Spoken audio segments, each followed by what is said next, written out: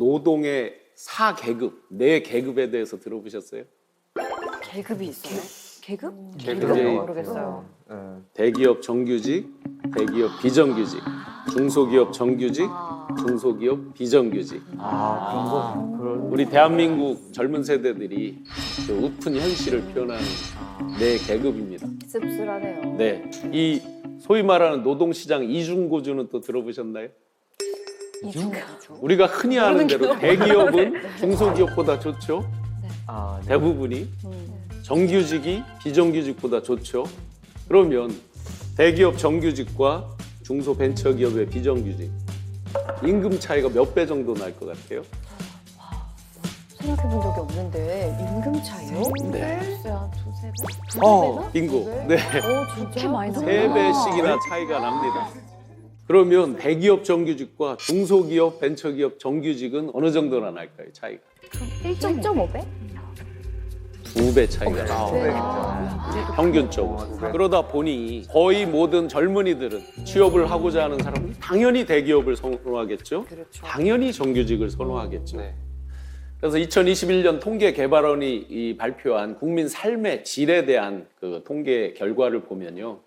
정규직이 월 평균 임금이 379만 원, 비정규직이 168만 원. 어느 정도 차이입니까 이게? 두 배가 예, 넘어요. 두 배가 넘어요. 거의 2배 차이죠.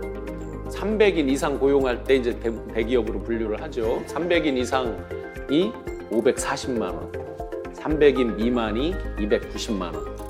거의 역시나 배 차이가 나죠. 이렇게 차이가 많이 나다 보니까 대기업, 정규직 당연히 쏠림 현상이 생기는 거죠.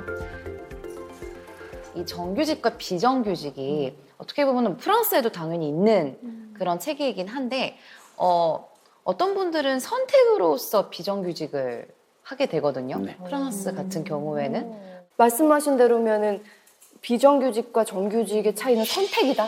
프랑스는 그렇다는 얘기인가요? 선택하시는 분들도 있고요. 물론 프랑스에서도 정규직의 혜택이 훨씬 더 많아요. 아무래도 복지 혜택이 많은 나라다 보니까 물론 정규직을 택하는 분들이 더 많지만은 또 비정규직이라고 해서 이게 약간 인식이 너는 어떻게 비정규직만 하냐가 절대 아니라 물어보죠 먼저. 혹시 이유가 있느냐.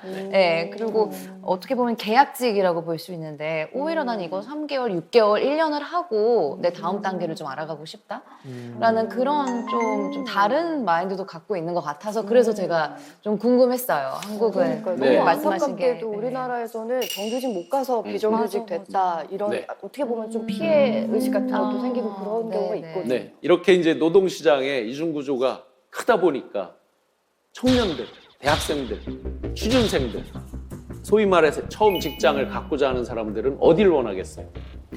무조건 대기업이죠. 무조건 대기업이죠. 무조건 정규직이죠. 소위 말하는 질 좋은 1차 노동시장. 그런데 1차 노동시장의 문은 훨씬 더 좁다. 수많은 젊은이들이 입시 보듯이 공채 시험 들어보셨어요? 공채 미국에 있나요? 없어요. 예. 공채 기수 아니세요? 네, 언론고시 공채 32기입니다. 네. 네. 그런데 거꾸로 대기업들은 경력직 수시 채용을 하고 있죠. 40% 정도, 10명에 4명. 비정규직으로 경력을 쌓았을 때 대기업에서 정규직으로 과연 뽑을까요? 슬프게도 우리 대한민국 청년들, 취준생들의 첫 직장 들어가는 거에 33%, 약 10명 중에 3명은 비정규직으로 입사를 합니다. 근데 그들이 정규직으로 전환되는 비율은 10%대에 머물러 있습니다. 전체 평균으로 봐도 대한민국의 비정규직 비율이 20% 정도 되거든요.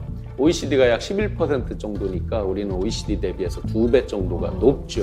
그런데 이동성마저 적다 보니까 누구든지 정규직, 대기업 하다 보니까 오랜 시간 재수, 삼수, 대학교 입시 볼 때만 그런 게 아니라 취업 현장도 재수, 삼수생들이 넘쳐났죠. 저희가 이제 노동시장 이중구조의 심각성을 살펴봤잖아요. 그런데 대한민국, 우리 국가뿐만 아니라 우리 개인 삶에 있어서도 훨씬 더 중요한 문제가 있습니다. 네. 또 많은 문제가 또 다른 문제. 또 뭘까요? 문제가 계속 또 다른 차원의 문제가 있어요? 저출산, 아. 고령화. 아기 울음소리가 귀한 시대입니다. 전년보다 3만 명이 줄었습니다. 인구 데드크로스, 출생보다 사망자가 더 많은 현상을 말합니다. 활력을 잃어버린 대한민국의 현실. 1년에 네. 대한민국에서 지금 몇 명쯤 신생아가 태어날까요? 남녀 2명이 만나서 1명을 안 낳는다고 하더라고요. 그렇죠. 0.7명 정도 네. 되나요? 0.7이요? 0.7. 네. 심각해요. 0.7? 심각해요.